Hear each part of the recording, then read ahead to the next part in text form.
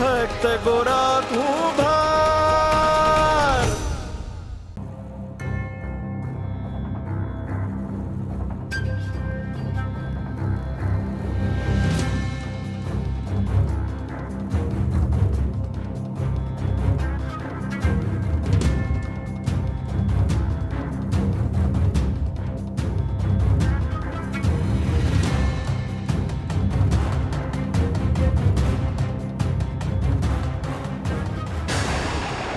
પહેલા તું મને વચન આપ કે તું આજીવન કૃષ્ણ મંદિરમાં પગ નહીં મૂકે.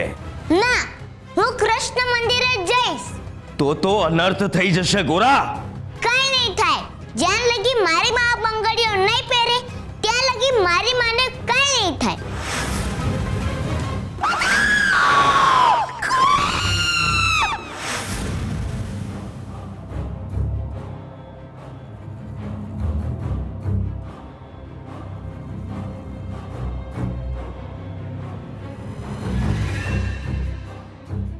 નાય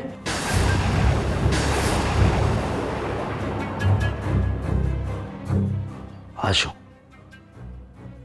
આ કેવો અનુભવ થઈ રહ્યો છે? મારી સાથે આ શું થઈ રહ્યું છે? હું ગાંડો થઈ જઈશ. નહીં, મારી સાથે આ શું થઈ રહ્યું છે એ સમજાતું નથી. આ તારા કર્મોનું ફળ છે ગિરધરદાસ. કોણ છે? કોણ બોલી રહ્યું છે? કોણ છે? હે, કોણ છે તું? નહીં કેમ આવ્યો છે? મને ના ઓળખ્યો? ધ્યાનથી જુઓ, હું ગિરધરદાસ છું. હે, ગિરધરદાસ તો હું છું. હું ગિરધરદાસ છું જે કૃષ્ણની ભક્તિ કરે છે પણ એને મારી શક્તિ નથી માનતો.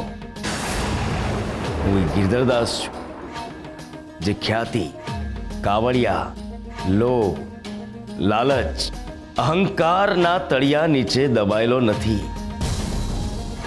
તારી અંદરના જ્ઞાનનો દેખાવ કરતો નહીં પરંતુ જ્ઞાનનો અનુભવ કરતો ગિરધરદાસ.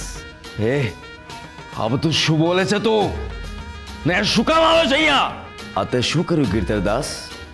તારા હાથે પાપ થયું છે જેનું પ્રાયશ્ચિત ન થઈ શકે એવું પાપ.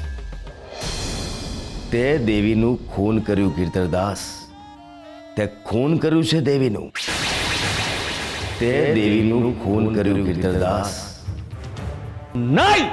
એક નાનકડા બાળકને પોતાની માથી અળગું કરવાનું પાપ. એક ગરીબની હત્યા કરવાનું પાપ. તે પાપ કર્યું છે. તું પાપી છે. તું પ્રપંચી છે. તું પાખંડી છે ગિરધરદાસ.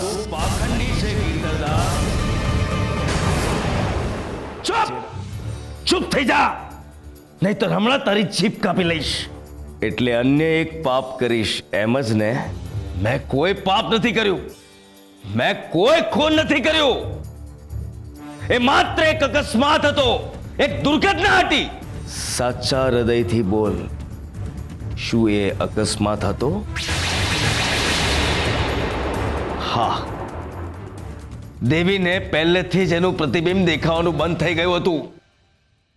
એનું મૃત્યુ નજીક હતું. એ મરવાની જ હતી. પણ એના મૃત્યુનું નિમિત્ત તો તું બન્યો ને ગિરધરદાસ.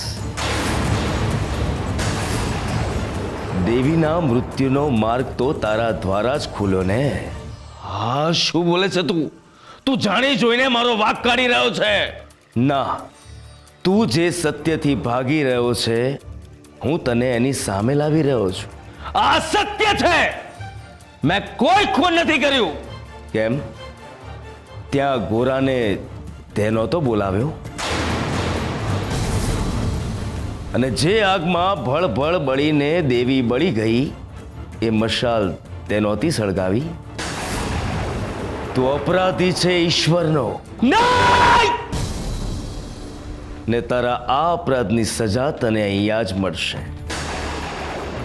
જે રાજા પાસેથી તું સત્તા, મંદિરનું પદ, માન સન્માન મેળવવા માંગતો હતો, હવે એ જ રાજા તને મૃત્યુદંડ કરશે.